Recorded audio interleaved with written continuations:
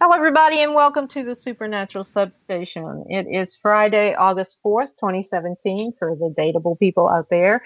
And this is another adventure into the supernatural. I'm Eileen Pastanio, your host, and my co host, Bernardine LeBlanc, is here In the wings. in the wings, waiting to come on. And so is Zeke, the Zeke. show mascot. Zeke the zombie. I'm really learning some zombie language from this. Hmm? That's when you're ordering something at a bar. Okay.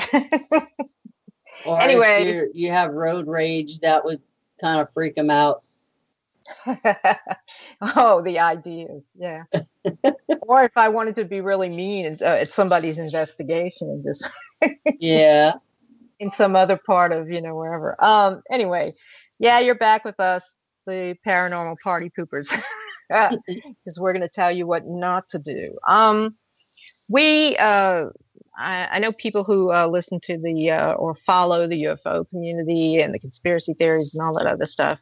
We were lucky enough to have this man, Jim Mars, on our show, and we are sad to hear that he died this past week. Yeah, I think it was the 2nd of August. Yes, on Wednesday, August 2nd. Apparently from a massive heart attack. But he was very good, very personable. Remember, he had his grandchildren in the Yes. background, while he was doing the show. So he really will be missed. He's unusual in that, he makes the UFO for like the paranormal investigator. It makes ufology or ufology and all that accessible. Because usually I can listen for a while and then I start, my eyes start rolling back in my head and I'm like, drooling because, honestly, to be honest, it's not one of my favorite, biggest subjects, but it was one of his. So, we want to just note the fact that he passed and we're happy that he crossed our paths, in life. So tonight, at 9:30, we're going to have, let I don't know if he's a time traveler or if his father was or whatever. Okay, but Andrew Basiago, who Joe in the studio says is a very popular guest. So Dean came through again, and he's going to tell us about time travel. And if there's any truth to it, I'm putting myself on the list. Me too. No, just where I'm going and when. But anyway, we'll have him in here in a little bit, not very long from now, talking about his whatever the phenomenon. So in keeping up with it, or in doing some research and trying to catch up with where it all is according to time travel, I sent you, Dean, a couple of links, and the very first one I've pulled up on the screen, and it's an article in. I think it's in the Express, yeah, the Daily News or the Sunday Express, whatever. It's in London. It's a UK paper, and evidently, according to this article, it's possible. And it talks about traveling for the speed of light, and Albert Einstein's theory that if you can hang around at the edge of a black hole long enough, you basically are able to slow your time down, and it could be like one day for you, and it could have been 1,000 years on Earth. And they talk about all these science stuff, this science stuff and string theory, and um, actually, Einstein had some really good theories about it, and he calls supernatural stuff the things that we deal with, spooky stuff happening at a distance. But he postulated that time travel was possible because we tend to look at time as linear, like a straight line, like we were born and whenever we were born and we moved along this straight line. But evidently, and this is very condensed because I'm not a physicist and I only dated one guy who could ever explain it to me. But evidently, it's not. It's mutable, and it's sort of like fans out across um, different waves of being, or different, parts of the whole that are up to doing something else. So that, in other words, it's the same thing that says, people say, do I have a double, or, like in some other life, something's happening and it's not like this life. Well, scientists today have kind of proven that, and kind of confirmed that idea that, we're here, but we're also there, and we could be there and there and there. And whatever we're doing in those lives, we don't know, we're not aware of, but we're probably talking about the same thing, saying, I wonder if if I have another life, somebody, one of my double goes or whatever. And it's intriguing because of the knowledge of, the planes of existence that we often talk about in the supernatural. We know that we can travel anywhere. If we astral project, or if our body, our spirit goes out onto the astral plane, it can go anywhere. Nothing can stop it. It can go back in time and forward in time. And this is how people do divination. It's the messages coming through the astral from the mental level. And this is how people that do cards, or psychics that are looking into the future, actually get the inspiration. So it's not a very scientific explanation. Mhm. Right, Dean? Are you glazed over in there? Yeah, I was kind of thinking of, I don't know if I read this somewhere or it actually happened in my town, but I remember a Mhm. story about somebody going down a highway, and then in a flash, they seen somebody on the side of the road from Mhm. another time, like in the 50s, Mhm. and they were dressed that way. It looked that way, like their, I wouldn't say aura, but their surroundings looked different than what was supposed to be there. Because Mhm. it was like a cornfield type space, than the highway. So Mhm. the car was on the person's car from another time was on the side of the road, and it was that period car, that period person, but Mhm. around it was like lighter than their actual daytime. Mhm. And then they looked back in the rearview mirror and they were gone. That's wild, because one of the best known time travel, I guess, would be stepping. It's not like you're getting into a ship, and they do mention this in this article. It's not like you're building like a time machine, like H.G. Wells postulated, but it's like you Step get you through. can yeah, you slip through wherever. And this is so overused, the veil is thin, but wherever there is sort of this overlapping of the supernatural with the in the etheric, and the conditions are right between the physical and supernatural world. And the most famous cases of two school teachers who went to visit Versailles in France, the palace, and they were walking the grounds.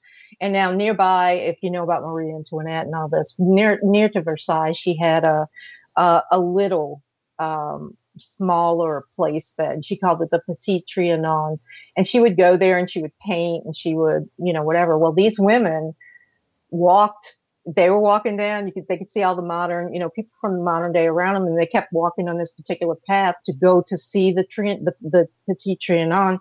And the first thing that alerted them was the silence. It wasn't completely silence, but you know how our world, even in the 1930s when this happened to them, is so noisy. There's always Right. noise. I mean, had if we could, go to this, just a medieval time, let's say, out in the middle of a field at night, all we'd hear is our tinnitus. I mean, we would be driven nuts. But Hmm. the silence was the first clue. And then they came upon a man who looked like a gardener. I think they said he was like pulling weeds, and he had a little cart, and he looked like he was in period costume. So they said, oh, this is nice. They must have people playing the roles of other people. And eventually they walking further, they heard laughter off in a field, and they looked and they actually saw Marie Antoinette painting drawing a picture of the petite Trianon, and she was just not aware of them. Hmm. And they said this is getting a little spooky from the feeling that it was, and then they were kind of overwhelmed by a feeling that if they, just that gut feeling, not to continue, as if they continued, it would be like a Twilight Zone thing, like you wouldn't come back. Like Right. maybe we'll be stuck here.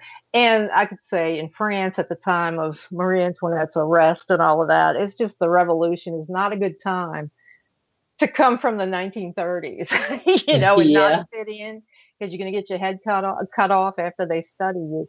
So it's a really brutal time and all, but and then they were thinking about it, and it's when we talk about people who are attached to certain places, right?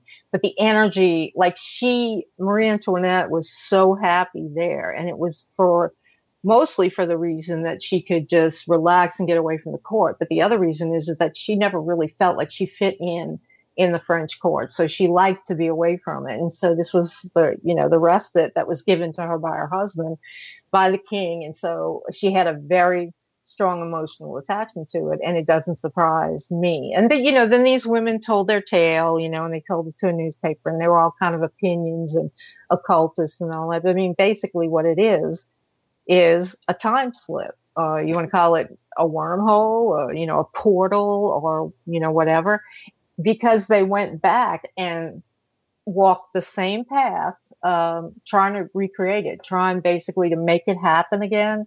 And they Hmm. could. And that's one of the hallmarks of that kind of an experience, is that you can't recreate it as an experiment. It happens. You walk through it, you walk out of it. And I think they got that gut feeling, because they had a lot of subconscious knowledge about the time that she was living in and what was going on. But it was, if you read the details, it's kind of creepy.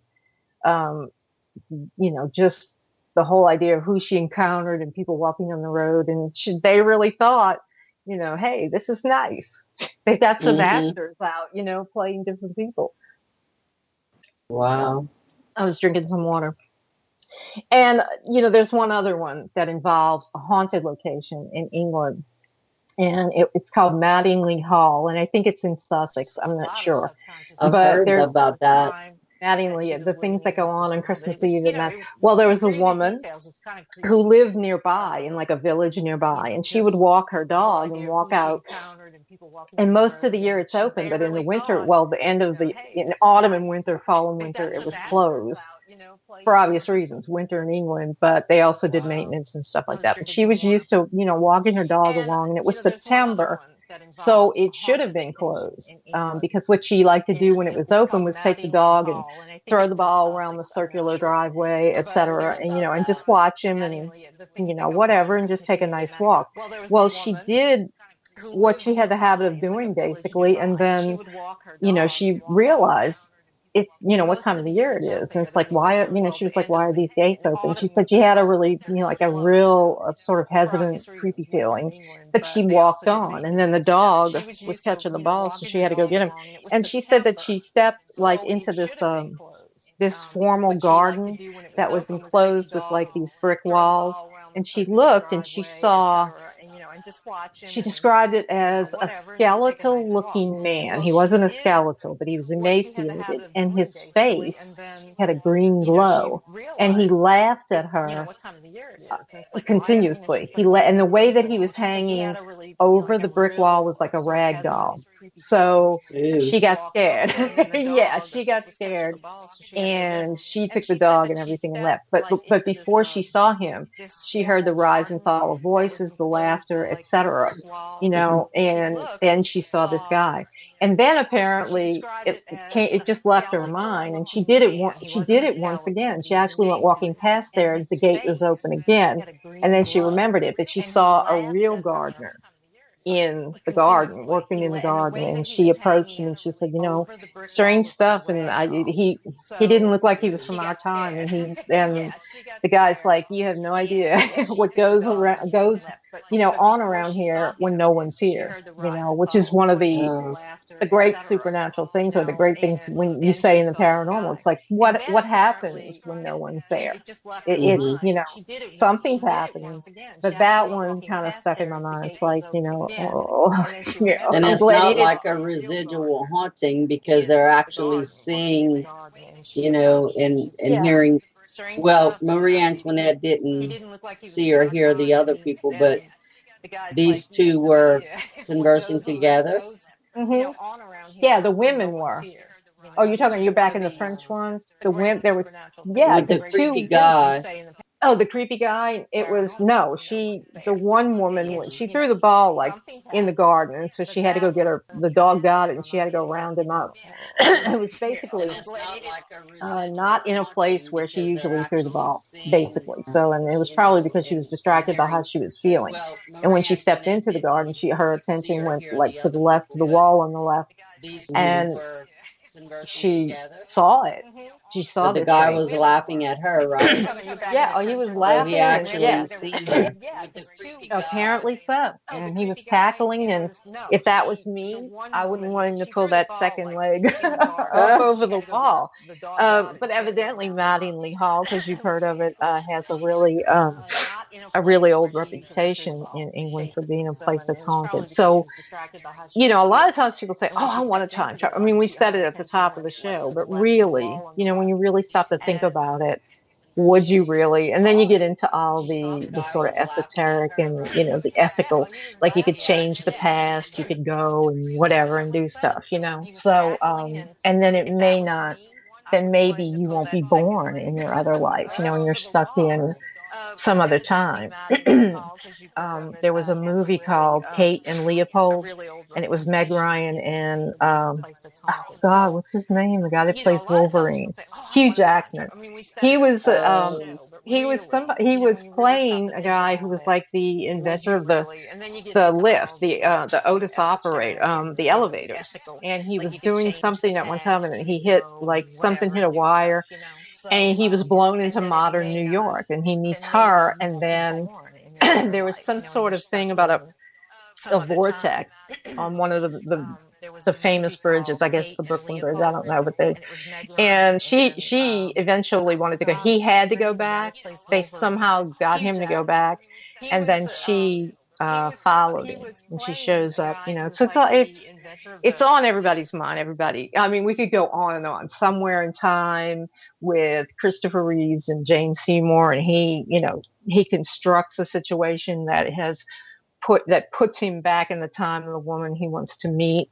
Um, and that's odd because I heard from someone I know that the way it was done in Somewhere in Time, it was more like the mind. It was almost like you're astrally projecting yourself into that time, so that you have to surround yourself with everything from that time, your Hmm. clothing, and nothing that could remind you of your modern life. And so they go through the whole thing, and then in the end, you'll have to, I don't know if you've seen it. In the end, No. he goes in his pocket for change, and he pulls out a modern penny, and that's it. And the beginning was he was approached by this old woman, and she gave him a pocket watch, and she said, "Come back to me." Then he finds out that he goes to like the hotel where she was. Just happens that he goes there, and he falls in love with her, and then he wants to go back in time to meet her, and then he finds out that's her that had given him the watch, and then she got the watch because he got sucked through the vortex or whatever. So that could be done. And then I have someone who went to Italy basically and was staying in an old part of Rome, and almost actually had a similar experience, where over like it was night, there were several people in the room, and she was aware that like the situation around her was changing. Like she opened her eyes and she couldn't see the other people in the room, but the room itself looked older. And apparently the hotel had been there since like the 1400s, and had been rebuilt, and all of this over the years, but it was still the shell of the hotel that was there in the 1400s. And so she actually glimpsed it as it was. And whatever year, who knows what year, but it seemed like it was sometime in the medieval period. So this stuff happens, Mm-hmm.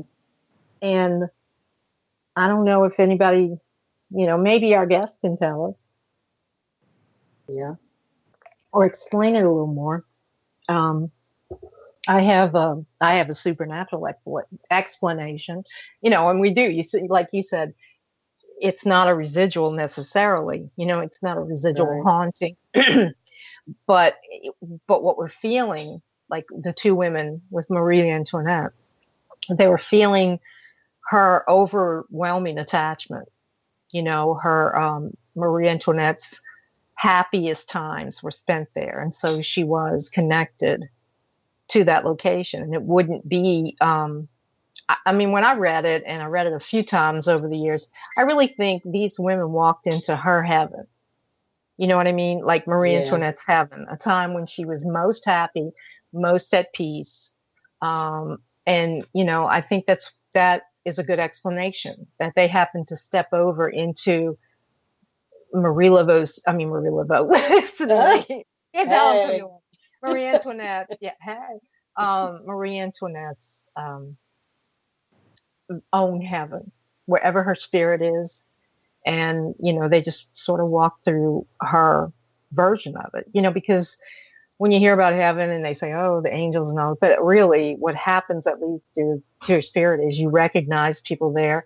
You recognize things. And it's like if my grandpa, let's say he wanted to, fish for, just fish for heaven. He loved it so much, and it's like in his heaven, I doubt my grandmother was there, because she would tell him, you don't need to go fishing. And, I mean, something like that, like a Mm-hmm. moment where she was just sketching and everything was fine. And, there was no fear of impending death or riot or whatever, or revolt, and I guess that's nice, but it's been explored. Like if you get trapped there, and then there's also these double goers, these where you every now and then you'll see on the internet, you'll see a picture of a Civil War guy who who shows up, and he looks like, you look at the picture, he looks like John Travolta or Nick Cage. They had one of Nick Cage, and they're telling us that he was a vampire. Then they have a few of Keanu Reeves, but they really aren't photoshopping this. These are real people with their faces. And I mean, how many times have you seen people who resemble people, right? Right. So, I mean, I think that's kind of, And I not mean, we can related. not related to time travel, but just, I don't know if it's they only have so many faces to go around, or you're aware, these popular celebrities or these great actors or whatever are in your mind, because they're celebrities. So you're already thinking about them as celebrities, and that keeps them famous according to a cult or a cult tradition. And it also, fixing it in your mind makes it reality. So you're looking through Civil War photographs and you come on somebody that looks like Nick Cage. It's somebody who looks like Nick Cage. But, whether it is or not, I kind of think if Nick Cage knew how to travel back and forth, that he would tell us. I think I just have that feeling, that he'd want everybody to know that he could go back and forth in time. Keanu Reeves, I don't think so, but him, he'd be like, look, I can time travel, you know, Johnny Depp, he's the big ego ones. I can time travel. So in that regard, I think I'd like to, well, there's a lot I'd like to do, but I'd like to travel back before Tom Cruise got involved with Scientology Mm-hmm. and tell him, just watch out. You don't know what the future holds. Stay away from L. Ron Hubbard. Um, but anyway, I mean, I, it's, I think Nick Cage knows a lot more than we think he does with oh, I his do too. pyramid tomb. Mm-hmm. Oh, I think he does too, but I really do think that if he knew how to time travel, he would tell us, or he would go back and do something that we would know. But now that bringing up Nick, that's another thing. When you talk about people who are like in their heaven, or you happen to stray into their happy time, and it's not a residual, but it could be classified as a haunting because you experience it. Mm-hmm. Madame Delphine Lalaurie. Everybody says, "Oh, Madame Laurie's house. Oh, it's terrible. Oh, her ghost is there." Blah blah blah blah. And all of the crap about that's not true about the slaves and the mutilations and the sex experiments and all this other stuff. Well, she had a house further up Royal Street. The famous house is at the corner of Governor Nichols and Royal, but several blocks up, she lived in a home where she was happy. And during her second marriage, she lived there. And she, by all indications, was very happy. She never got accused of hurting her slaves or doing anything.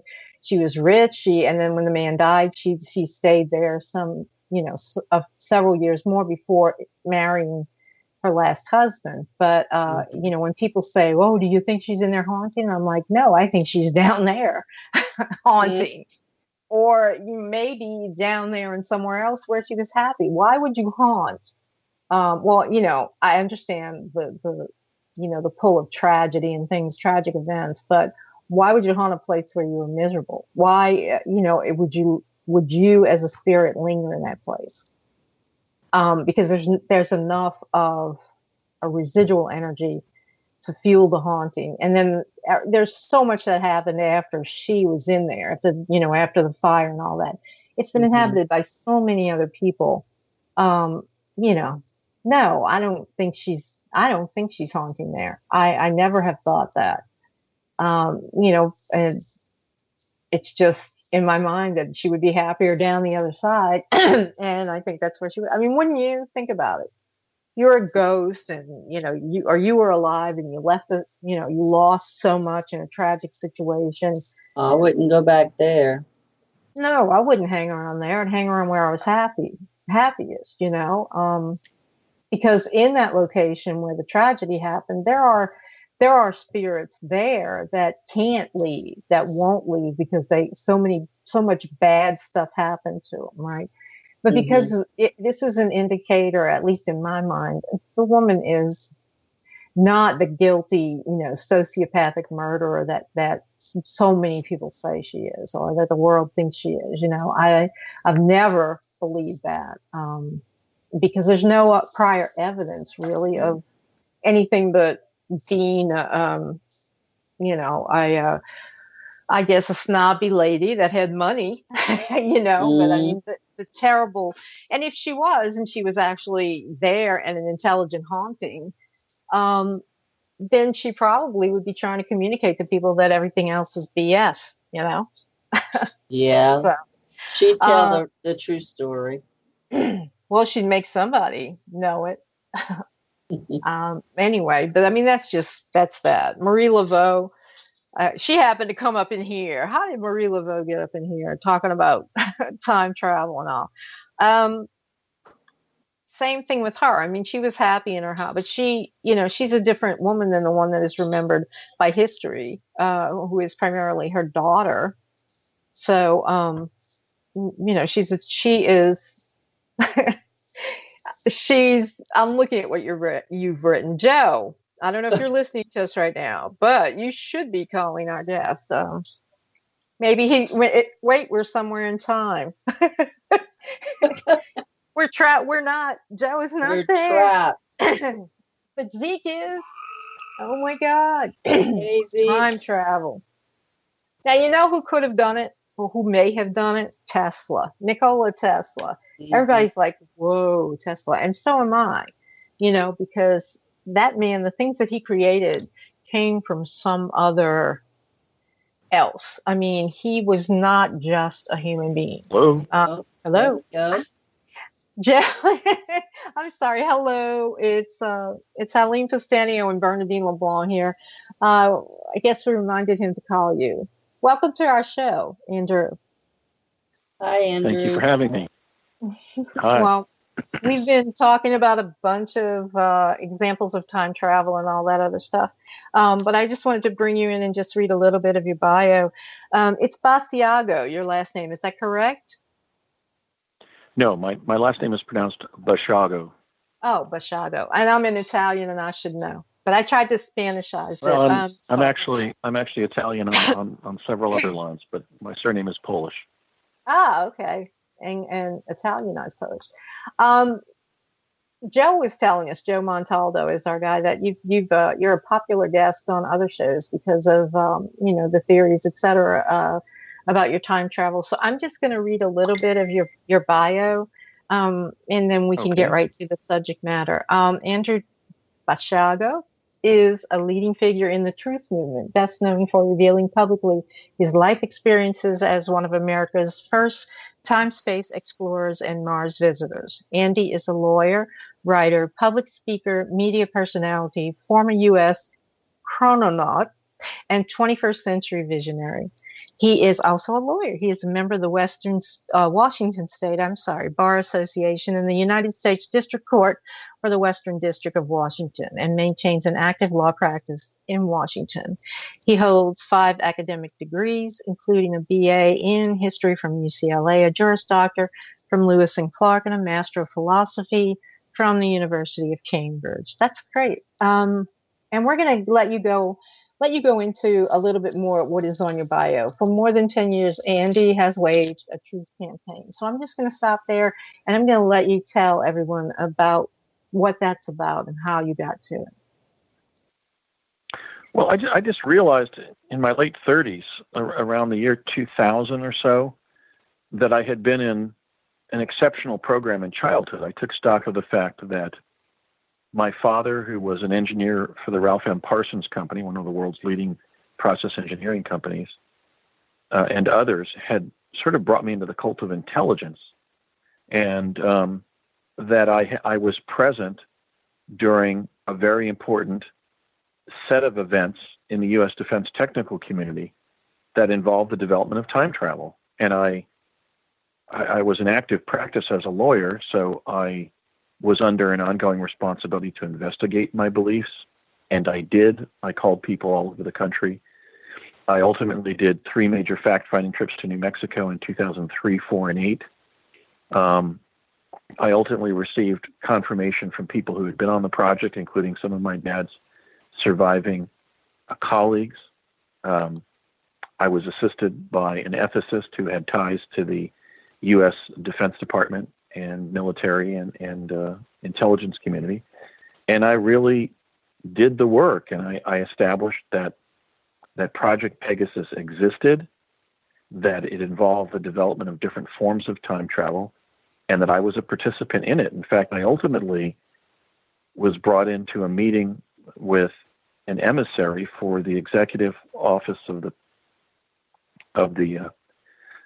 president, namely President George W. Bush, in June of 2003, at the parking lot in the Wolf Creek Pass Ski Lodge in Southwest Colorado. So I actually had my rather dogged investigation of what I had been part of attracted the interest, apparently, of the then Defense Secretary Donald Rumsfeld, who had served as the defense attaché to the project when he was not yet 40 years of age. He was a former congressman who, while officially serving or overtly serving as the chairman of President Nixon's Board of Wage and Price Stabilization, was secretly serving as the defense attaché to an umbrella program under DARPA that was developing different forms of time travel to enhance the intelligence function of our government. And I was warned by the Bush White House to knock it off. They did confirm that the program existed. It involved time travel, and I was part of it. But they stated that the time travel technologies that were derived remained sensitive and compartmentalized national security secrets, and that they wanted me to know, the Bush White House wanted me to know, that if I didn't stop investigating, writing about, or talking about the technologies, that, quote unquote, they couldn't guarantee my survival. I never really found out whether that was a threat or a warning, but they were clearly indicating that some group within the government was going to view my revelations and even just my discussion of these topics as potentially a threat to national security, and that I should knock it off. So I basically made a moral choice that instead I would give as many interviews and do as many public talks as I could in the shortest period of time about what I knew. And so since that 2003 meeting, I've done about 100 TV and radio interviews, both in mainstream and in alt media. I've lectured about 40 times in 4 countries on really the 2 topics that I know about because I was involved. The first was the development of time travel in DARPA's Project Pegasus in the late 1960s and early 1970s, which I participated in from age 6 to 11. After I came forward, particularly after my first appearance on Coast to Coast AM with George Norrie in November of 2009, I was contacted by a set of individuals who I had served in a second project with during my college years at UCLA from 1980 to 84, which was the CIA's Mars Jump Room program, which turned out we established was a latter-day work of somebody who survived his supposed death in 1976, namely Howard Hughes. So there's a Hughes connection to the Jump Room program that really isn't presently understood. But I've spoken to 2 recent biographers of Hughes about the fact that his death was faked in 1976. So I really have spent from, let's say, about 2004 to the present describing the advent of time travel in the U.S. defense technical community. The specific year that time travel emerged was 1970. That's not a benchmark or a goalpost. That was the actual year that time travel emerged. And then I've, from 2010 forward, about the last 7 years, I and some of my colleagues on the CIA's Mars Jump Room program have been narrating our experiences going to Mars. There's now 8 Mars whistleblowers. That's something else that's not generally understood. So in the process, I've become a leading figure in the truth movement. I have never been rebutted. I have shared hundreds of facts about both of these defense technical projects in dozens of fora, both in the media and live. And my revelations have been so destabilizing that there has been a sophisticated disinformation program directed at me that has involved, among other things, accusing me of outrageous crimes that I wouldn't even think of committing, much less commit. That's how bad it's gotten. I've been called everything from a non-person to a mass murderer. But what I am is a highly principled person. I've lived a good life. I'm proud of the fact that I've lived a loving and responsible life. For example, I took care of my mother for 6 years as she battled breast cancer. I'm not afraid to die today and stand before the judgment throne of Almighty God because I've lived a good life. I've also served my country. And I think the public gets that. I rolled my truth campaign about these matters into a somewhat chaotic independent candidacy for the presidency in 2016 and got about 20,000 votes in the 17 states where I was registered. We actually had difficulty getting registered in the 39 states that we were qualified to. But essentially my campaign fell apart for organizational reasons. But I did evince the courage to step up and seek the highest office in the land because I'm telling the truth. And it's my position that the people of this country, indeed the people of the world, have a right to know what the state of the art is in technical development on our planet and also know the true natural history of our solar system, which includes the fact that Mars is an inhabited planet. American astronauts first went there in 1964, 5 years before this supposed first landing on the moon, that there's a colony there, and I went there about 40 times. So basically my approach is just to talk about what I know.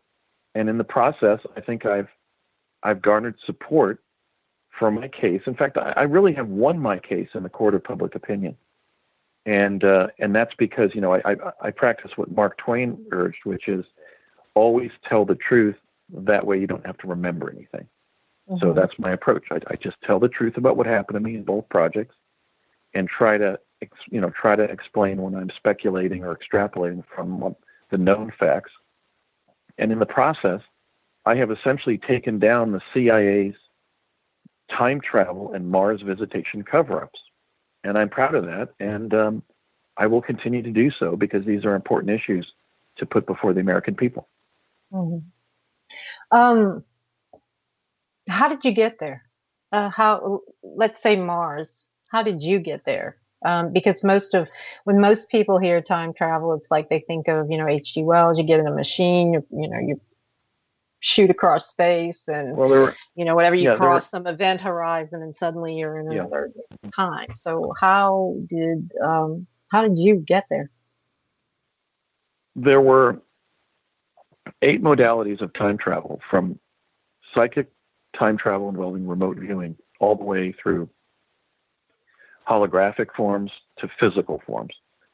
The jump room was a device that was emerging in the U.S. defense technical community the year I left Project Pegasus as a child, as an 11-year-old, which was 1972. We have the account of Michael C. Ralph that he began going to Mars via jump room in 1976. I was trained in 1980 and went the first time in July of 1981. So this last month that we just went through, I celebrated my 36th anniversary of having gone to Mars. Mm. The jump room was basically a space elevator. It was, its official technical term was aeronautical repositioning chamber. What you did is we basically went to an office building in El Segundo, California, that not only was owned and operated by Hughes Aircraft at that time, but which had an office in which Howard Hughes was still alive and still working, and he was working on the project we run him. Of course, the official biography of Howard Hughes is that he died en route to Houston, Texas in April of 1976. I encountered him 3 or 4 times at 999 North Sepulveda Boulevard in El Segundo, the same enclave south of Los Angeles International Airport, where his company was sited during his alleged life. And he was quite alive in 1982-83. What we did is we would go up to the 5th floor, we would exit the elevator that got us there and approach sort of like a marble Fijian suite like you have in a law firm, where somebody's managing several offices at the same time. We would write our names in a book, sign our signature, put our date of birth and our social security number, and then go back into the elevator. The elevator would go up to the 8th floor of that building, which is still there. They've changed the exterior significantly in 2003, but the very year that I began actively investigating my experiences, that was interesting. And we would be in the elevator on the 8th floor, the top floor of that building. We would receive an instruction from an intercom as to whether we were ready to go or not, and we would say ready to go. And then after about 5 minutes, the basic box-like structure of the elevator would begin morphing from a box into a cylinder, and the far wall that we were looking at as we entered the elevator would begin spinning clockwise in a sort of a wormhole effect. In fact, that wormhole effect was so violent and so destabilizing that if, let's say, there was somebody in front of us in the elevator, we would watch as they were twisted with the structure of the elevator itself. That would go on for about 5 minutes, and then it would begin twisting in the opposite direction for 5 minutes.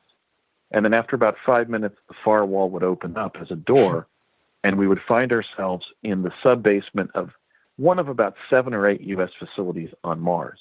Now, do I know we were going to Mars? Well, we were trained for Mars.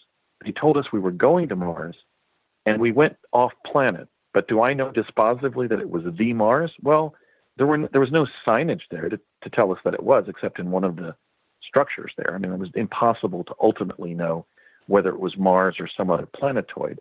But it was off planet, and all of the jumpers agreed that we were going somewhere. Now, how we went there ultimately, I don't know. I mean, I have a theory that they had studied the ET close encounter cases where the craft is seen to morph in that way. You know, you'll have an object that's kind of morphing in the sky, like was seen above Fatima, Portugal, throughout 1917. Mm-hmm. But we weren't told exactly how this space elevator worked. There was an incident when I was going up with Bernard Mendez when the thing kind of just disintegrated around us, and we were sort of rolled hard onto the surface of Mars. So we really were going there in a transport, and we were going to a terrestrial environment. For example, I brought back the red the bright red dust of Mars on my hiking boots. And in Wow. 2 separate instances, that dust was detected by my mother at our home in the San Fernando Valley of Los Angeles, and by a co-ed sitting next to me in a history class, one of my history classes at UCLA. So we were bringing back the dust of Mars on our shoes, which means it couldn't have been a holographic experience. It had to be physical. But how it worked, I don't know. And we certainly know that the Hughes cover-up is a major part of the derivation of the technology. So there's different theories where the technology came from. Again, Bernard Mendez claims that it was given to us by one of the gray ET species. I think that given the involvement of the Ralph M. Parsons Company of Pasadena, California, which was my father's employer, Lockheed Skunk Works of Burbank, California, and Hughes Aircraft of El Segundo, California, it was a classic secret defense project that had developed a very sophisticated form of transport. But I don't know exactly how it was working, but that's what it was doing. Parsons, you brought So it was that up. kind of like entering. I'm sorry. Go ahead. Huh? I was sorry, going to say you brought the name Parsons up really quickly, and you said Pasadena, and I don't know. I mean, I know all about Jack Parsons and what he was trying to do. He's the one basically responsible for shooting rockets in the air, so we figured that out. So it's interesting. Did that company have something to do with him? Although he died like in the 1950s, I think. No, actually, you're confusing him with Jack Parsons, John Northcote Parsons, who founded the Jet Propulsion Lab. The Ralph M. Parsons Company was founded by Ralph Parsons. And it's interesting that during World War II, when Stephen Bechtel, who would go on to found Parsons' major competitor as the world's leading engineering company, basically Bechtel, Bechtel had 2 lieutenants, Ralph M. Parsons, who went on to found an engineering company in his garage, like Jobs and Wozniak, and it became one of the world's leading, some years it's the world's leading process engineering company. His other lieutenant was John McCone, who would go on and be Director of Central Intelligence from 1960 to 64. It was actually one of the intelligence analysts on Project Pegasus that I met in New Mexico in the early 70s. He was explaining to my father what the internet was going to be. So Ralph Parsons, there's a 6-acre Parsons campus out at 100 West Walnut Street in Pasadena that has 3 major buildings. And the building on the left, as you front the lobby of the building, as you walk into the lobby, is all classified defense work for the federal government. For example, Parsons developed and built the MX missile system for the Defense Department. It built the city of Yanbu for the Saudi regime, basically an entire city of 120,000 people down to the pencil sharpeners in the classrooms. So Parsons is a big company. It's a very accomplished company, and it only employed top talent, top electrical engineers and so forth. And my dad was one of them.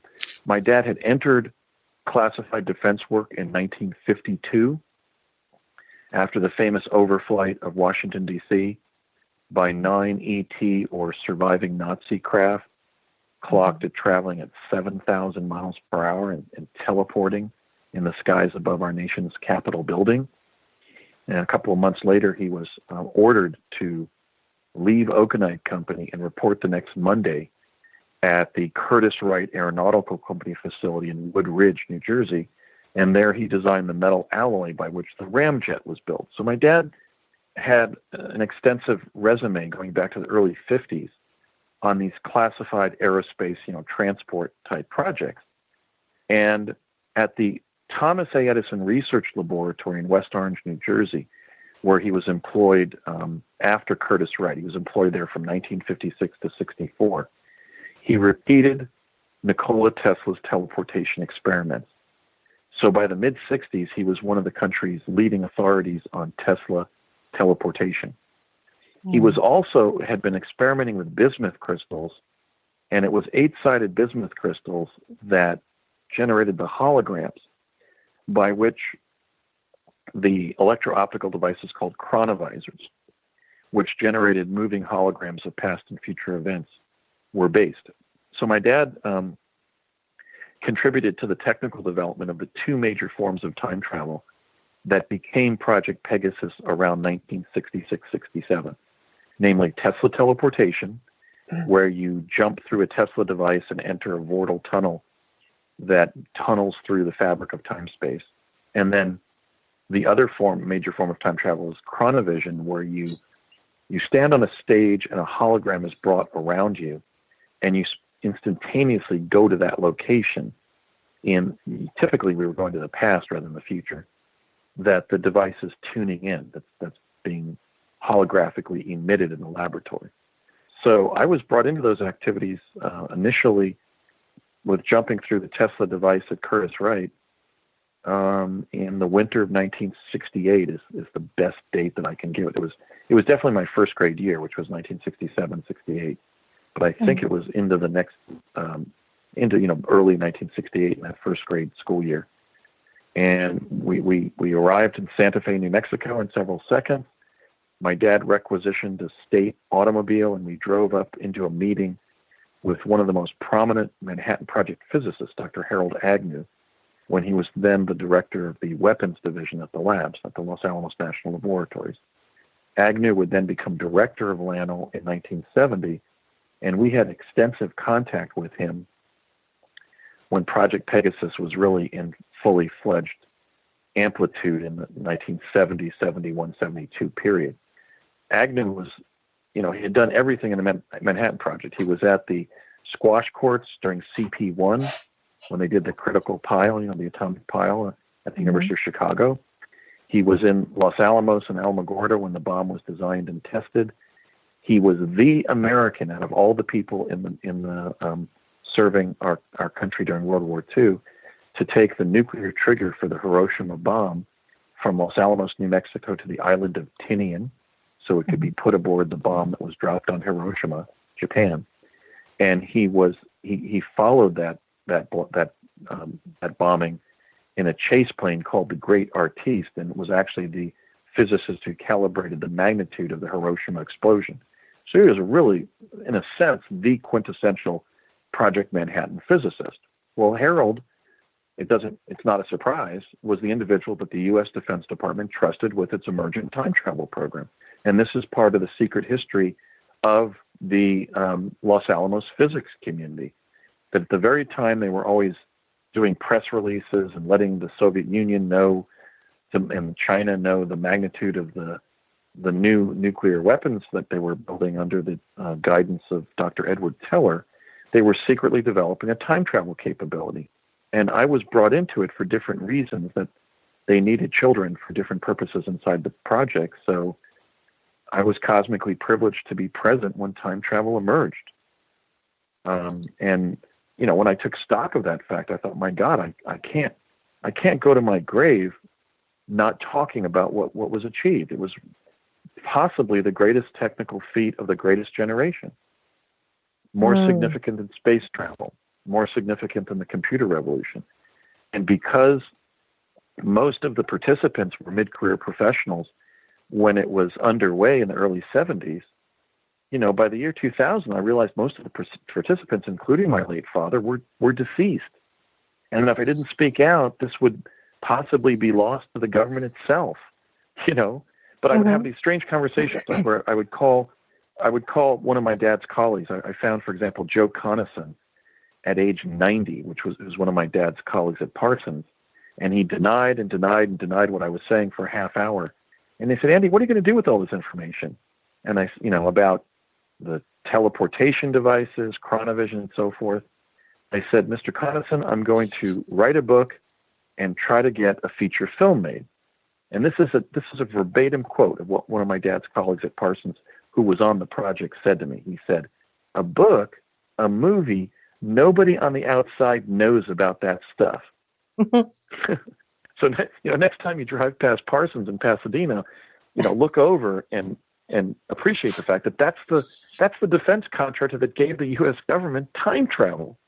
In fact, Ralph Parsons took his billions of dollars of profit from achieving that on behalf of our government, and he bought the world's largest private yacht at that time from Adnan Khashoggi, the Iranian billionaire, and renamed it Pegasus 2 for the time travel program, even though he had never owned anything called Pegasus 1 or Pegasus. So that was right on the Ralph M. Parsons website until I started talking about it.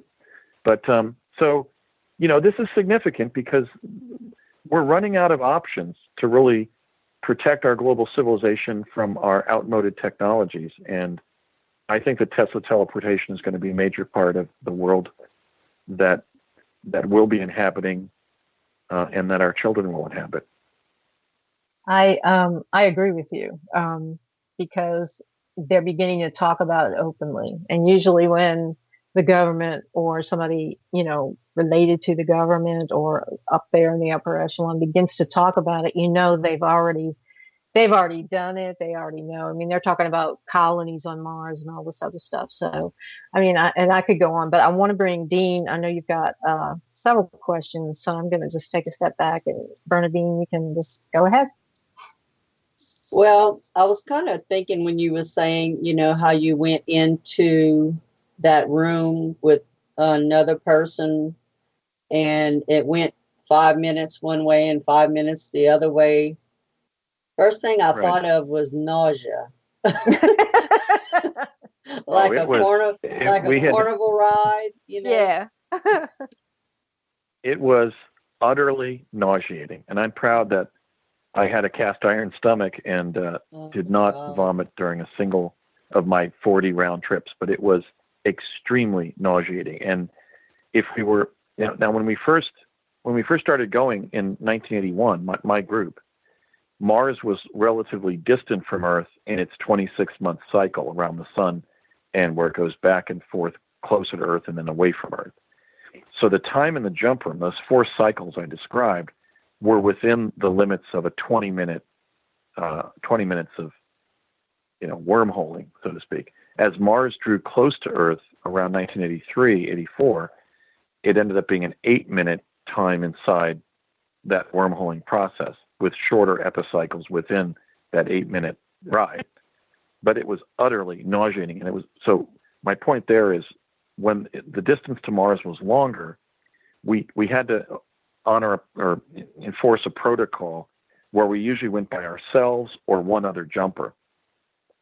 But as Mars drew close to Earth, sometimes 3 or 4 of us would jump at the same time because the trip to Mars was shorter, and we could survive with the oxygen inside the elevator without asphyxiating. And certainly during the latter half of the program, when we had more people in the jump room, it was commonplace for at least one person to toss their cookies. It was extremely nauseating.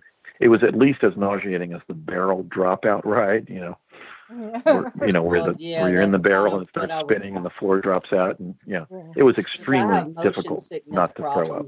And that's why I thought of that, because I'm like, oh my God, 5 minutes one way, 5 minutes the other way.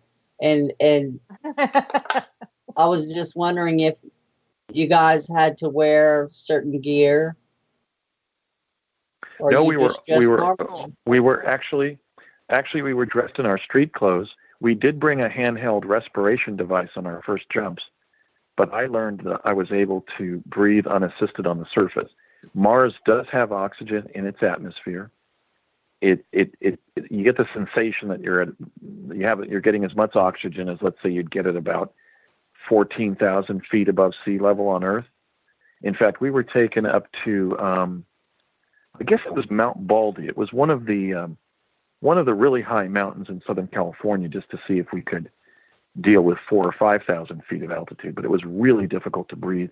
After maybe 2 hours of walking around the surface, I was getting really severe cramps in my leg muscles from hypoxia or low oxygen. But Mars has, for example, blue skies as a result of oxygen in its atmosphere. Oxygen is a clear gas, and therefore it refracts blue, just like the oxygen in our atmosphere on Earth creates our blue skies. And so there's been water? A cover-up of that fact. There were small ponds of water, but it's a desert planet. There were times when I know that Randy Kramer, for example, encountered snow in the polar regions. I was always sent to the equatorial regions, and the atmosphere and climate was sort of like Los Angeles on a relatively warm spring day, maybe about 73 to 70, 75, 76 degrees Fahrenheit. But it was very close because the oxygen levels were low, and you had to get accustomed to sort of being winded when you were walking around and not overtax yourself. But in time, we developed the ability to, walk around the surface without passing out. There was one time when one of my colleagues passed out in the dead heat right in front of me, and I had to do a fireman's carry of him on my right shoulder for quite a long distance. So it was a formidable place to visit, but we were able to function without specialized equipment. Wow. Eileen? Yes, I'm thinking about something. I'm thinking, okay, so they were going up there in the 80s and prior to that. And this is just a weird thought, and it really doesn't have anything to do with science. It's like I'm picturing the 1980s, like Valley Girl and all that other stuff. And I'm thinking, Yeah. Have they updated it at all? It's like, 1980s architecture and all this other stuff. It's like, I mean, you can only build, the Alien movies, right? So Alien, the very first one, it was fit for the 1970s, and they were it was a close ship. It started that whole thing about, the small ship instead of the Star Trek, this big monstrosity. And then they go taking it all the way to Prometheus with, technology that they didn't even have in Alien. It's like, is it going to be perpetually in the 80s? And that was just what I was thinking. It's funny. It's funny that you mentioned the 80s because there, I'm a college undergraduate. It's the early 1980s. Belinda Carlisle is singing on the radio, right? And the Bangles and Spandau Ballet is singing "True." This much is true. Who, right? So there was a kind of that frivolous era in popular culture. And I'm going to the big U. I'm going to UCLA, but secretly I'm working for the Defense Department, literally driving over to Santa Monica actually it was West Los Angeles, to pick up this data from a Rand company, a Rand Corporation subsidiary, drive down to El Segundo, and in a Hughes building with Howard Hughes working in the building, even though he's supposed to be dead, going up via jump room to another planet, walking about a mile across the surface, giving an Earthling technician there at a telecom outpost this floppy disk 10 years before those 3.5-inch, rigid floppy disks emerged in the civilian sector. And then going back to UCLA and going to a class, let's say, and then going back into the UCLA dorms to be hearing, the Go-Go's and Spandau Ballet and all that scene, the Police with all that sort of Duran Duran, all that frivolous culture of that era. It was pretty mentally taxing, quite frankly, to not just go crazy during the existence of the project. But it was, that was the era. Now, the last thing I did of a technical nature for the Defense Department was in spring of 1989. So I don't know what was achieved after that. But I mean, 1989 was 28 years ago. I'm 55 now. I mean, I've practiced law for 21 years, and I just don't know what they've done. But I mean, I think that there's a lot of truth in the statement that was made of Ben Rich, the late CEO of Lockheed Skunk Works, that we now have the technology to take ET home. That was basically an admission by one of the top executives in the aerospace community that we have the technology to leave the solar system, and presumably we have. But I just don't talk about what I don't know. I certainly believe Laura Eisenhower's claim that 25 years after I first went to Mars in July of 1981, that in 2006 and 2007 she was invited to go there with her then 10-year-old twin boys, because Laura stated that she was told she would be going back and forth between Earth and Mars via Ark, and she thought they were analogizing to Noah's Ark, and that the term they were using therefore was spelled ARK, but she didn't realize she was actually sharing the technical term for the jump rooms, namely ARC, Aeronautical Repositioning Chamber. So that's almost an unassailable proof of the existence of the jump room program, because here you have the great-granddaughter of a respected, if not beloved, American president, Dwight Eisenhower, who is talking about being invited to settle on Mars 25, 30 years from the years that are cited by those who say they were going there via jump room, beginning with Michael Relf in 1999, claiming that he was going there as early as 1976, and then 3 or 4 of us who have come forward publicly about going there in 80, 81. And here we have, somebody from a presidential family not only describing how she was seriously courted to go there, as a recruit, but then revealing the anagram or acronym for the technical term of the device that would have taken her there, and not knowing she was doing so. I mean, in the court of law, that would be very persuasive testimony. So that's where we are. We now have 8 whistleblowers about this project. In order of appearance publicly, they were Michael Relf, Arthur Neumann, who was the Henry Deacon informant to Bill and Ryan and Kerry Cassidy's Project Camelot. Then I came forward. Then William B. Stillings, Laura Eisenhower, Bernard Mendez, and William Whitecrow, and then Randy Kramer. So we have 8 Americans who live in different parts of the country, are in different professions, have different personal backgrounds and current lifestyles, etc., all of whom have come forward publicly in one way or the other to corroborate the existence of this project. Wow. And so I guess I need to ask, and I don't know how to frame it. I guess so you've got these people in Switzerland, right? And they've got this CERN thing that they turned on. And we've got one, a Hadron Collider in Chicago. And we're beginning to get the drips and drabs of dark matter entities. When they discovered them clustered around, the magnetic sphere of the Earth, they began to, they basically said they had no other way to describe them except as an entity. And all of this kind of, it's kind of an occult thing going on. And it takes me back to, the idea that who's going to go to Mars? There was always this kind of like underlying thing. It's like it's the place to go to when Earth is going to hell, and I don't know if any of this is connected, but from an occult standpoint, that thing in Switzerland scares me. The fact that, that what you're telling me now is that we've been offered, for so long, that kind of scares me because they're willing to take a chance at destroying this whole globe here. And that makes it even more, I don't know, like sort of like devil may care, if we blow up the Earth, we're on Mars. But I mean, so where does all of that connect? I mean, because there's got to be a dark side to this, and it can't be good for humanity. Let me parse the CERN story.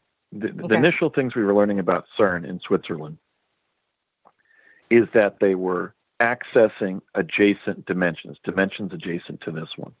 Mm-hmm.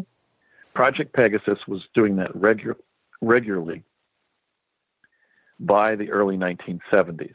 And there's no evidence, and I would refute what Kerry Cassidy of Project Camelot was stating, that the chronovisors or so-called looking glass devices had destabilized our quantum hologram or dimension, if you will.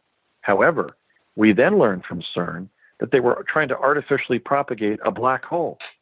And Stephen Hawking, one of the world's leading theoretical physicists and a fellow Cambridge graduate, as I am, I support his opposition to the insane notion of propagating artificial black holes. I mean, if we succeeded at that, not just tapping other dimensions, but creating a black hole in the laboratory, we could get stuck in the event horizon of a black hole. And I certainly don't want to be in that location with a toothache. Okay, that would be beyond nightmarish. It would just be a quantum tragedy where we'd have to pray for divine intervention to reverse it. Okay, so what scares me about CERN is what scared Professor Hawking, which is there is no way in hell we should be propagating black holes. That's incredibly dangerous.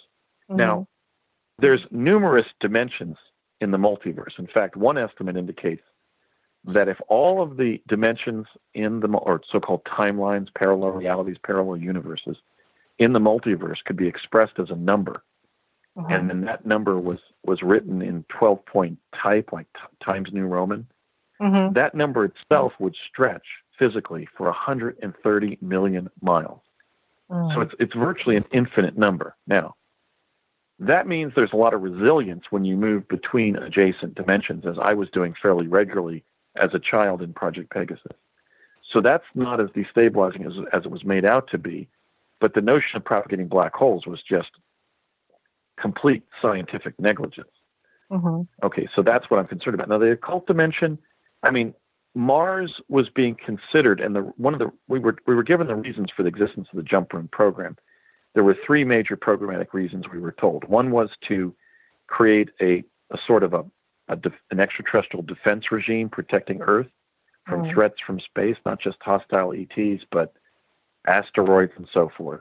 They wanted to acquire Mars as U.S. territory, and they wanted to acclimate the Martian humanoids and animals to our earthly presence. So there wasn't really an occult dimension to our activities. It was more a national security directed set of activities. But there was certainly the philosophical question of who was being sent. Most were Caucasian. I mean, Barack Obama was one of our fellow jumpers, and he's of partial Asian or African ancestry. But there was very little racial or national diversity. We were all Americans. Most of us were sort of either Anglo-American or Central European ancestry. So, German, Polish, Italian, so forth. So British, Irish, Scottish. So there were questions of, let's say we were there and Earth was destroyed by a threat from space. There were real questions of what kind of natural selection of the human genotype would result, probably a pretty narrow one.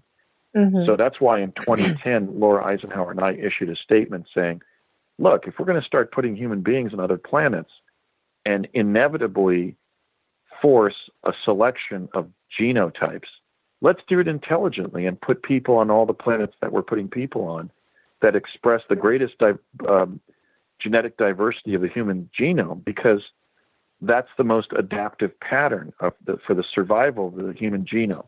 Genetic diversity matters because when you add the genes that a new individual brings to the group, you expand or increase the potential adaptivity of the human race. You also, by having the whole human genome represented, where not everybody is mating with every other type, but you have some people who are mating endogenously and some who are mating exogenously, what you do is you share favorable genes, but you create little genetic islands that don't cause or that prevent genetic diseases from spreading to the whole race, to the whole species.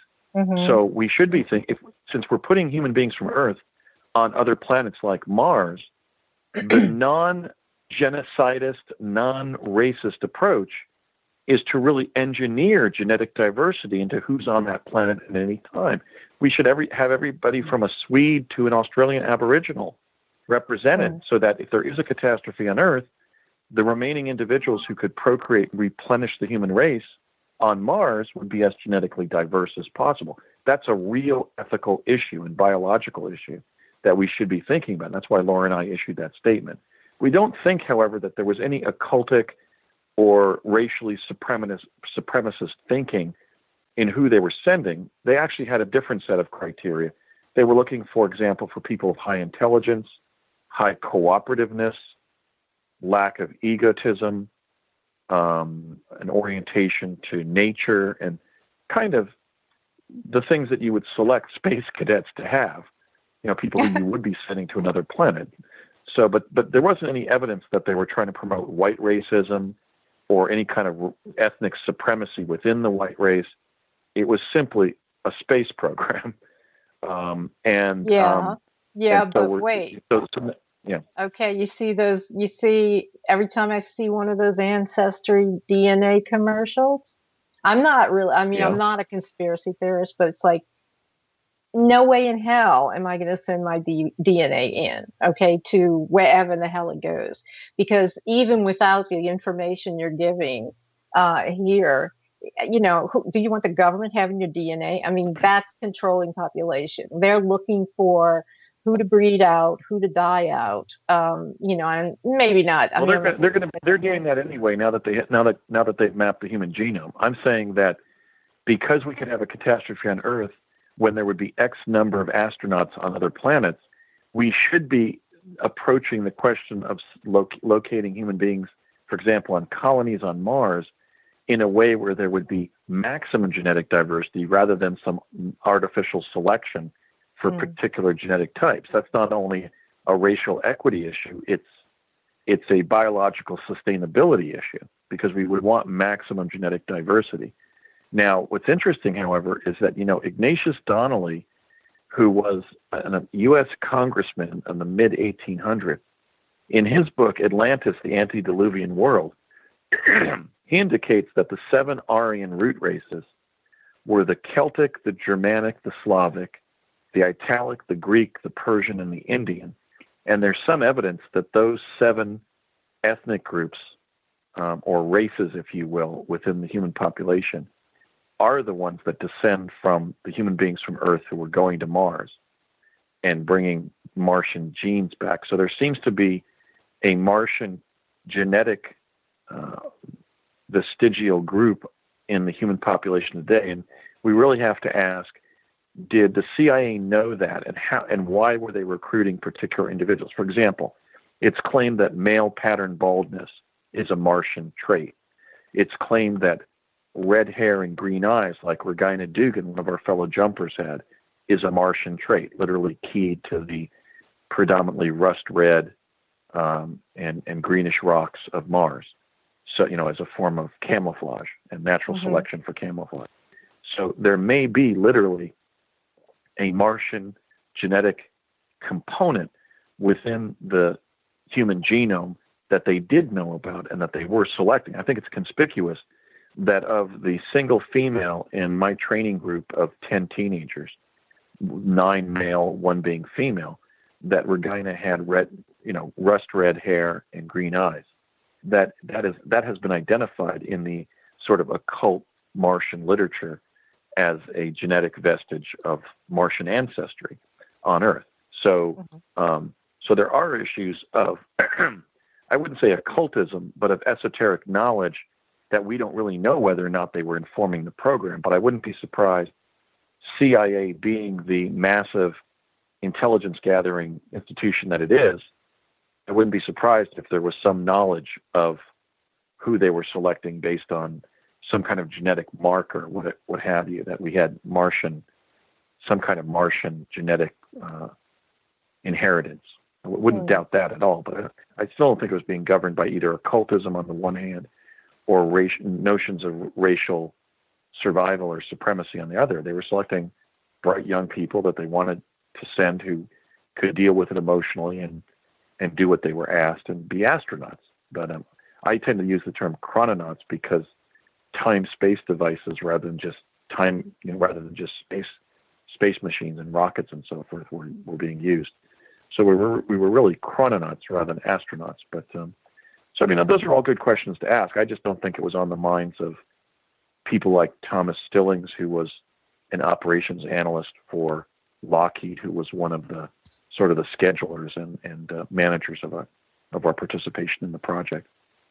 Right. But well, I just need to say I look at everything basically through the supernatural lens, and I see a lot of occult tradition at work. And one of the most I guess infamous is this the whole Bavarian Illuminati and the elites at the top of the pile, and the redemption through sin, etc. And bringing dark entities in. You mentioned God earlier. What is his role in this? Because try as they might, apparently CERN has not been able to replicate God, the God particle, and what is his role? I mean, he at some point and you've read Revelation. It seems to me, just from listening, to just you explain all this, once these people start going off planet, it's down here we have to be having just serious problems. Like the end days, the end times have started. I mean, so where does faith fit in? But really, where does God, and you believe in him and Christ, and so where do they fit in? Well, my understanding of sort of the epistemology of God as a child time traveler was anywhere that I could be sent, God had already been. In my adulthood, I've kind of conceptualized God as the great Imagineer. I just had a discussion in Yelm, Washington, with the theologian Mikhail Ledwith, who's associated with the Ramtha movement in Yelm, Washington. Mm-hmm. Mm-hmm. And I actually asked him, he was on stage, and I actually asked, does the solution to the God problem, or sort of the mystery, that we apprehend a God, but we only see God's manifestations, we don't look directly on God, could the explanation be that God is sort of imagining everything into existence and we're literally in God's thoughts? And he agreed. In other words, God is a supreme being whose intelligence surpasses, obviously, human reckoning. And I even asked whether that could be sort of a scientific explanation or interpretation of the first chapter of the book of John. Right? In the beginning was the Word, and the Word was with God, and the Word was God. That may be a way of expressing the fact that everything that we experience and everything that we perceive is essentially produced by the divine logos of a supreme being that is imagining us. And I think in that process of imagineering this world, God reached the point where he decided to allow us to start exploring other planets of his creation. And I dare say that I'm not sure it's appropriate to use male pronouns, because I think God transcends all human characteristics, including gender. That's just a literary placeholder, right? The notion of his will or his genius.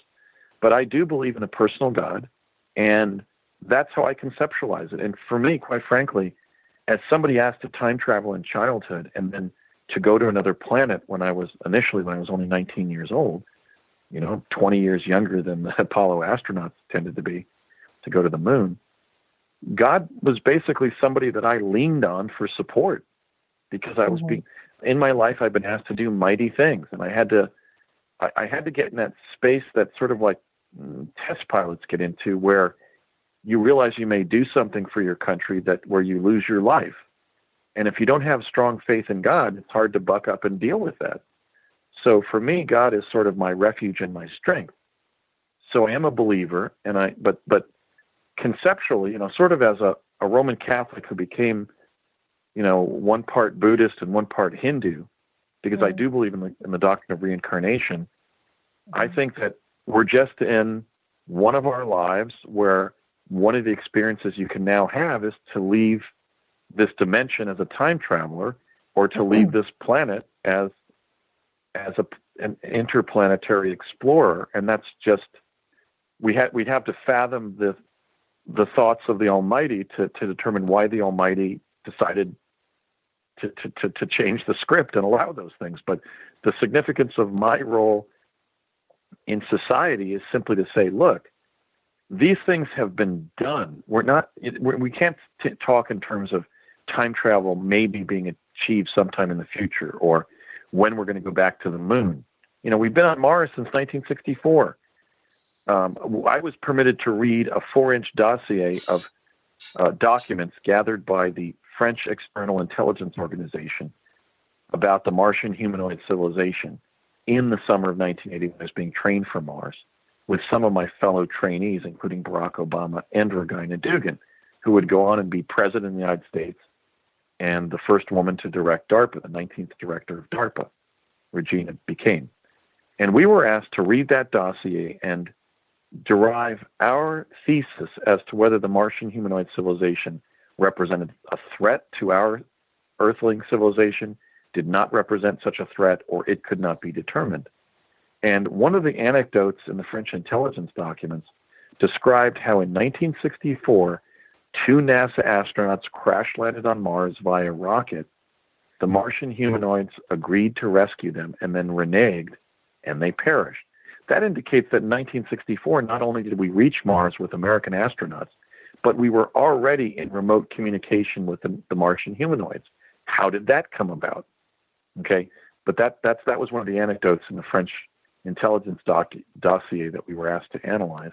I determined that they weren't a threat to us, even though they reneged on saving those astronauts, and Regina Dugan determined otherwise. She said that showed their lack of regard for us. The lack of regard when you're invading somebody else's planet, when you're the hegemon, is not exactly prima facie evidence that they're a threat to you. It simply may mean that they don't want you invading their planetary sovereignty. So I used a more sort of liberal legal analysis, and she was looking at it more from a defense threat type potential. But I think maybe we were both right. Now, Barack didn't tell us who was then using the name Barry Soetoro, his Indonesian name. As we were walking over to turn in our theses at the end of that summer, he did not reveal to us what he had determined. He probably determined that it could not be determined, which I think was probably actually the best answer. I was only able to discern about, to understand about 25% of what was said in the French language. I had taken 4 years of French in school, but I wasn't really that fluent in French, so it was kind of a frustrating exercise for me. But anyway, so, I'm just sharing this because, I believe that as part of the common heritage of humanity, that people have a right to know what the most advanced technologies are that our civilization has developed, and also know the true natural history of our solar system and our cosmos. And we're not getting that. You mentioned the elite. I think there is an invitation. There's a safe place that's made for elitism and for occultism when you create these priesthoods of insiders. That's not the democratic model. The United States was supposed to be the fulfillment of the Enlightenment. So I think it is an evil thing when we do things like put American astronauts on other planets and don't tell the people. Come on. They created an overt space program under NASA and then a covert one under the CIA, and that was a mistake. It was un-American. So I'm speaking out of a sense of Americanism and democracy and fair play, that American citizens who are paying trillions of dollars for these programs deserve to know the truth about what our government has been doing. Dean, do you have anything you want to jump in? I mean, I have more questions, but you can jump in if you like. Hey, fire away. I'm enjoying it. I know. Immensely. I like feel to say that after Mars, everything is cake. It was so dangerous and unpleasant that after Mars, everything is cake. That's one of my catchphrases. That's good. I would feel that Martians would be some good, some bad, just like humans. They would have their own personalities. So I guess it would be the ones that you come across at the time to see what they would do. I would exactly. We were told that. Wonder if they would come down and save us one day. If the world went to hell in a handbasket, there's several. I would go. I'm sorry. Well, there's several primate types. The original Martians, or we refer to as Homo Martis Martis. They're the Martians that led to the public understanding of what a Martian is in human civilization on Earth, and that understanding is very close to what they look like, with even the antennae coming out of their forehead. And we were told that they were so desperate for food on that desert planet, their desert planet, that occasionally they would jump one of our astronauts and kill them and barbecue them, basically cannibalize them or eat them. I guess that's not cannibalism, since they're a different primate typology than us. But one time, one of them greeted Courtney Hunt and I at the mouth of one of the jump room facilities and walked us about a mile to his underground civilization just to give us a short tour of their habitat under the surface. And I was thinking the whole time that this was one of the kind that could kill and eat us. And here we were following him to his lair, but he was quite hospitable to us. So what you say is very true. It really comes down to individual primate choice making and behavior.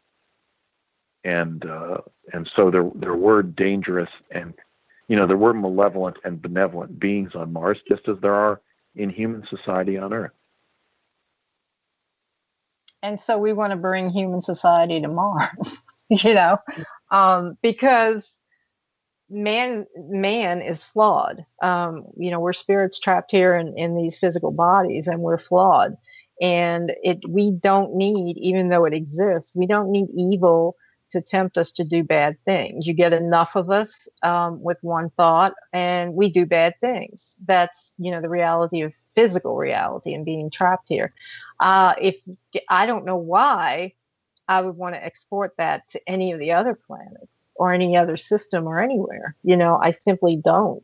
Um, because we really weren't meant to be here anyway. Our spirits are trapped here. I mean, this is just, I'm into, you know, a sort of a Gnostic look at it right now. I understand that. But, you know, in which you say God is a kid with an ant farm. And the whole belief, the whole background of, I'm going back to the Illuminati, but the redemption through sin, etc., that they believe in is that the God that's in here with us is not the one who created us. And so there's a supernal God out there. But you know, I will say that like you're the one guest who has scared me the most. Absolutely scared me, because not the fact that we're off planet, okay, but the fact that all of this syncs up with not only you know, history and then conspiracy theories or research, but also with the traditions of occultism, which I am an occultist, but you know, if it mirrors there and it mirrors there, then this is true and we're screwed. I mean, the most people on this planet are screwed. And they don't want to know that there's anything up on Mars, because you've ever seen the War of the Worlds where they're running in masses? I mean, that's what would happen. I know you want them to know. Well, people would be, you're superimposing. You're superimposing some theological presumptions on my testimony. I was recruited by the U.S. government to serve in both projects.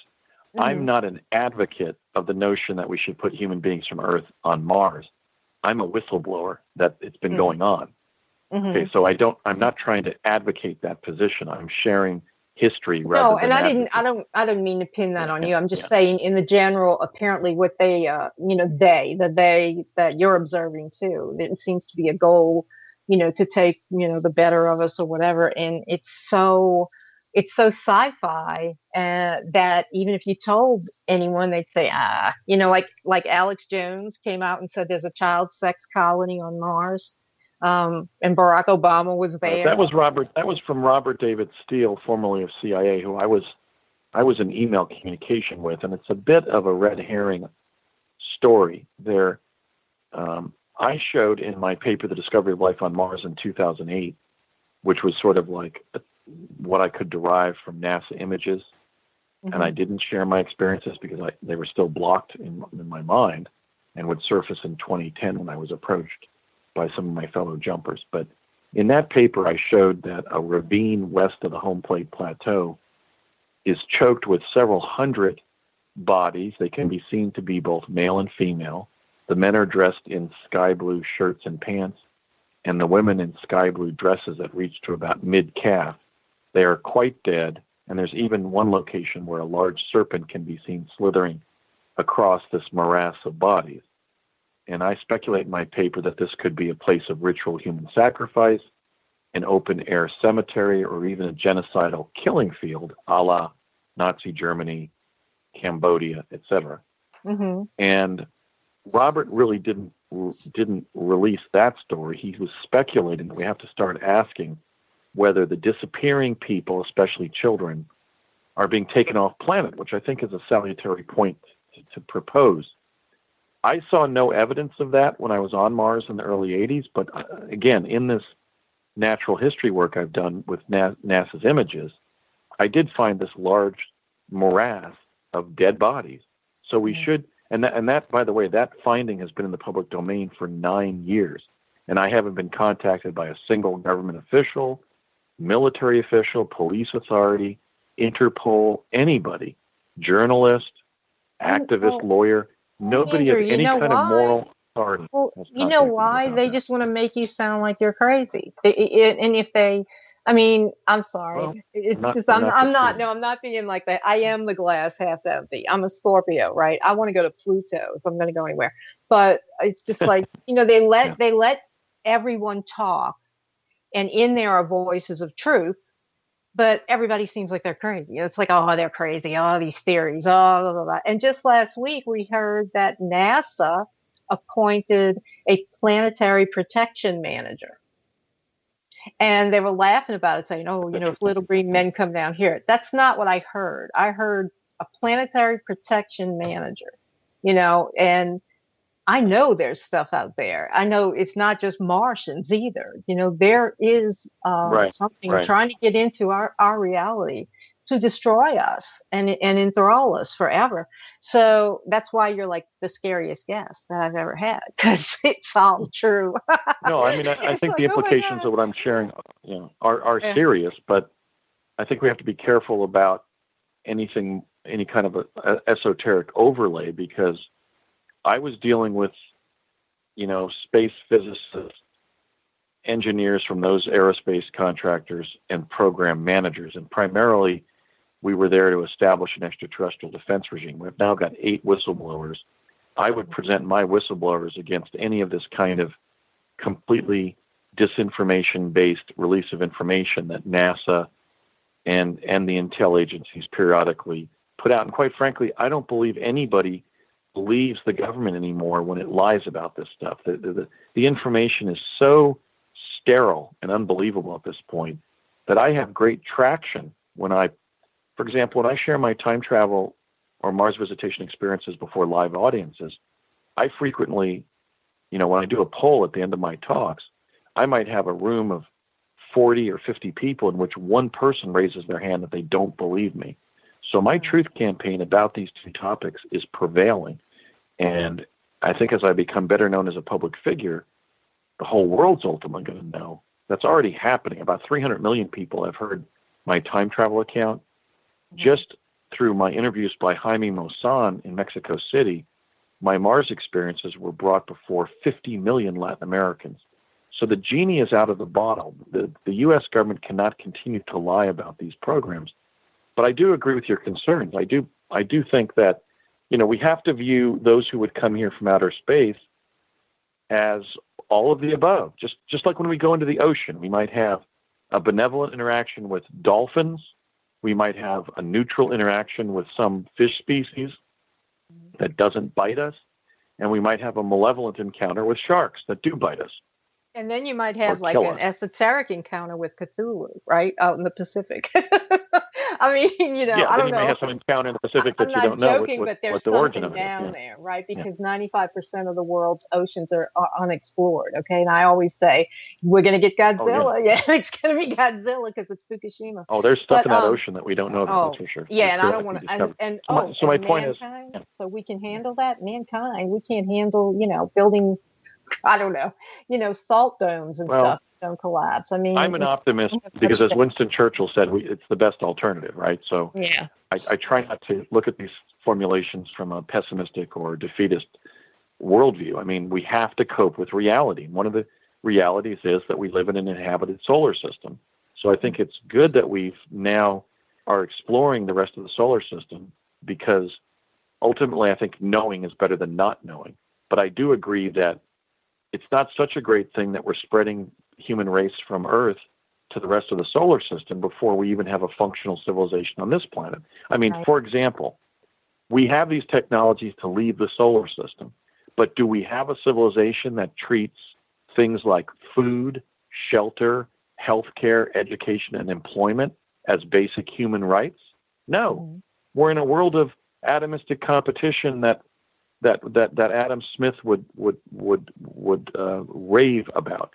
So we're not yet a Type 1 civilization as proposed by Dr. Michio Kaku. And so I do have reservations that we not spread our kind throughout the solar system and the universe before we at least make this a democratic and humane and providential civilization on this planet, and really take care of everybody by recognizing that ultimately we're all team members, and there should be life support for all human beings on the planet simply as a result of an expression of their humanity. Until we achieve that, we're not going to be a Type 1 civilization. And I am concerned that we're spreading our systems and our presence to other planets, but we haven't really gotten our act together on this one. Yeah, and we're gonna drag mindsets and everything else, and then the next thing you know, there'll be video from Mars of ISIS chopping off Martian heads. I mean, that is humanity, and I'm not being pessimistic. That's just reality. I'm a realist when No, it that's comes the to worst that. of But humanity. yeah, That's but I mean, the do you worst want them of on Mars? You know that given the chance, they do that there. It. I just kind of think that they're calling.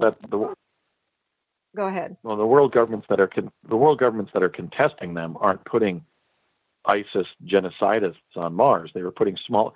William Whitecrow, one of the jumpers, one of the U.S. Army guards on Mars, who was my martial arts trainer in childhood, who I actually encountered one time on Mars, estimates that there were only 1,500 jumpers from the United States, Britain, and Russia, Soviet Russia. So there wasn't a plan to put a large colony there. Some researchers, David Wilcock, estimated in 2010, January of 2010, he estimated that there may be a colony of as many as 500,000 Earthlings on Mars. I just don't know, but I know when I was serving, that the people I was serving with estimate that there were ultimately about 1,500 of us during that phase of development. So I don't think there's a plan to transplant our worst human actors on Earth to Mars. And that wouldn't be in our interest anyway. They would be screened out. In fact, we were being ethically handled so well that we were given the choice to sacrifice our lives rather than take Martian, humanoid, or animal life with one of our weapons. We had the option to basically sacrifice ourselves if ethically we didn't want to take a Martian, humanoid, or animal life. I always took up there not only a photo flash gun to protect myself and my fellow jumpers as sort of a guard in the civilian contingents that I was with, but I also took in my right pocket a little plastic container with a cyanide capsule in it, and I received training that I could just sit down and suicide if I didn't want to use my weapon on a Martian, humanoid, or animal. So we were being very ethically constrained not to spread the worst aspects of human civilization on Earth to Mars. Listen, you were talking just a minute ago. You mentioned a paper that you wrote. Would you mind telling me where I can find that so that I could read it? It's in different locations online. It's at Scribd among websites. What's it called, it's posted at projectmars.net.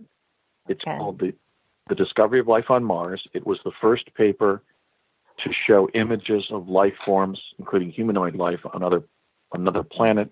And it was the first paper to convincingly or persuasively show that Mars is inhabited.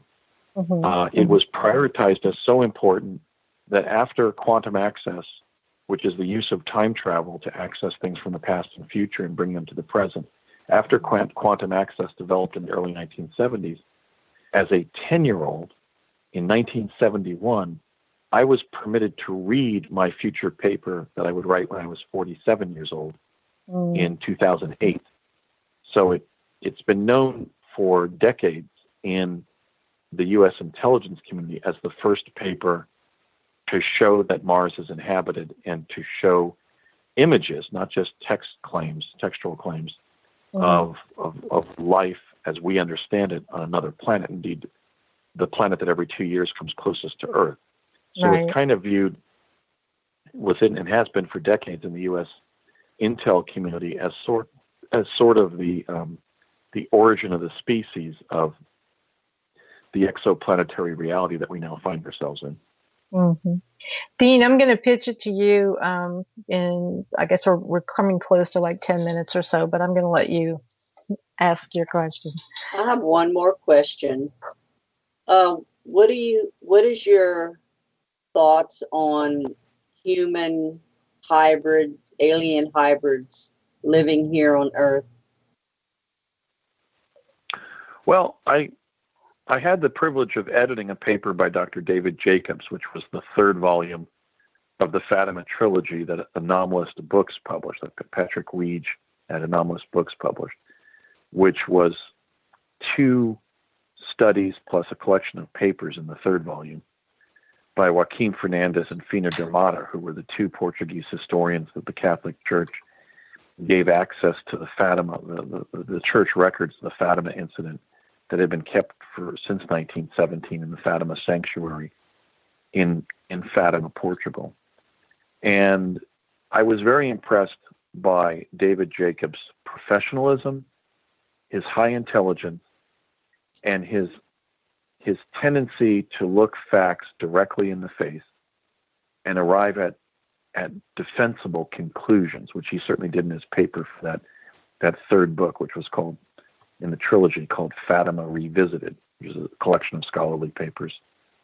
And so I know something about David and his high level of erudition as a ufologist.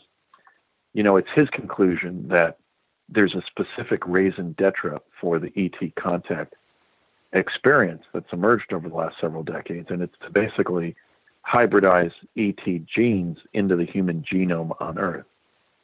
I think there's evidence in the fossil record, like, for example, sudden changes in the cranium capacity of what led to modern humans and other physiological changes in the human race to indicate that we've been genetically engineered multiple times. I think one estimate was like something like 52 times from whatever we originated as.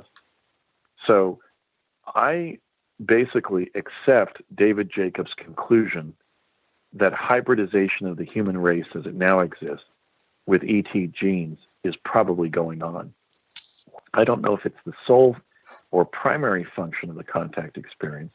I think there's also been a concern to develop human consciousness and philosophy and political and cultural structures so that we become a planetary civilization. Because, you know, when they look down here and they see that we're polluting our planet to almost non-sustainability, non-habitability, and they see that, as Stanton Friedman said, that our principal spectator sport is bloody internecine warfare, they can't be that impressed with our level of development. So maybe one response after we began detonating nuclear weapons and showing them that we also had rockets to take such incredibly stupid weaponry that severs the physical substrates of the universe, you know, the atom, into space, they made a decision not to destroy us and not to colonize them or enslave us, but to basically hybridize us into something more intelligent and conscientious.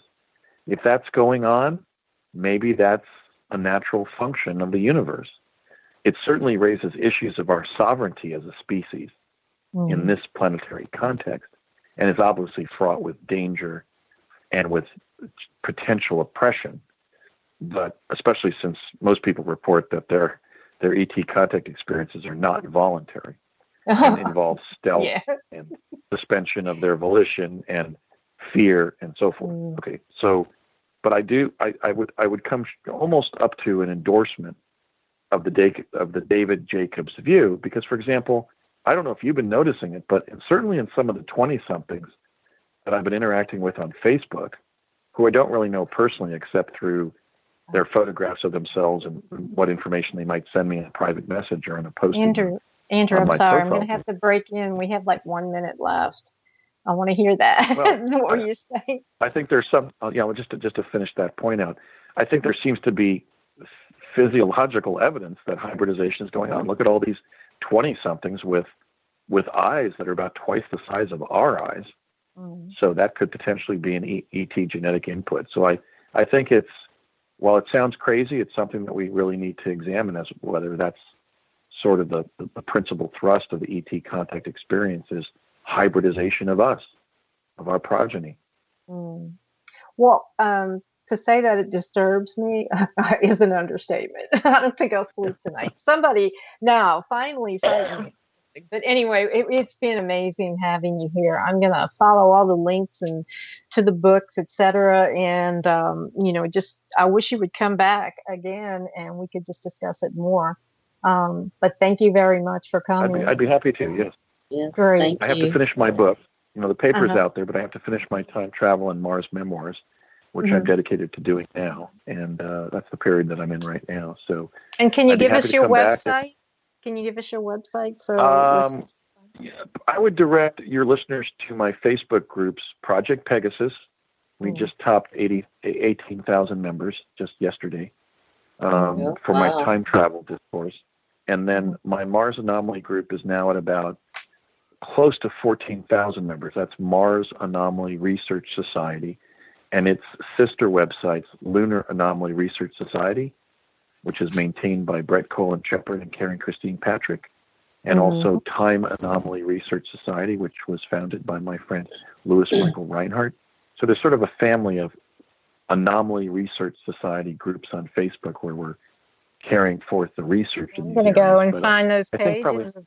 Yeah, I'm going to like them, and then I'm going to contact you with Yeah. some questions off. well, be sure to join as a member and have your friends join, because we're doing cutting edge work there, and there's more than enough data to show that Mars is inhabited. I mean, we've even shown the ancient Egyptian presence on Mars. A half empty joining. Okay, we got to go, Andrew. I'm sorry. I would love to have you for another hour, but Joe is like, I know what he's doing in the room. So, but thank you so much for coming. Thank you, Bernadine, for finding such a great guest. And we would love to have you back. We're up against a hard break here, so I'm going to tell you, you were listening to the Supernatural Substation on the United Public Radio Network and iHeart Partner. Please stay tuned for Kathy Bilski and Quantum Leap. And later at 2 a.m., Terminus Dark Ambient Radio is going to the Star Wheel, coincidentally. Thank you for listening. Have a great weekend. Night. Night. Y'all clear, guys. Okay. Awesome. Andrew, are you there? Yeah.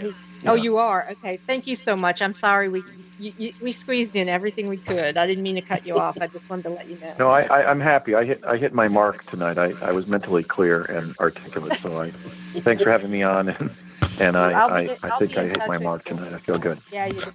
Okay. I will be in touch with you. Okay, thanks a lot. Okay. Yeah, and especially as my book comes out, I'll be happy to come back. So have a good night. Yeah. Have a great weekend. Yeah, just stay in touch with us, okay? All righty. I will. Just contact me, whenever.